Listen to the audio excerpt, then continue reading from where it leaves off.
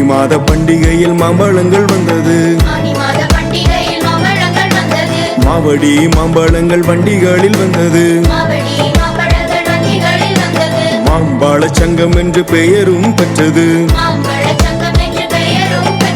மாண்பாய் பேராயம் வளர்ந்தே வந்தது. ஏழைகள் ஒன்றாய் திரண்டதால் இது ஏழைகள் நலச்சங்கம் ஆனது. சேர்த்த பணத்தை கொடுப்பதால் கொடுக்கும் கொடை விழா ஆனது.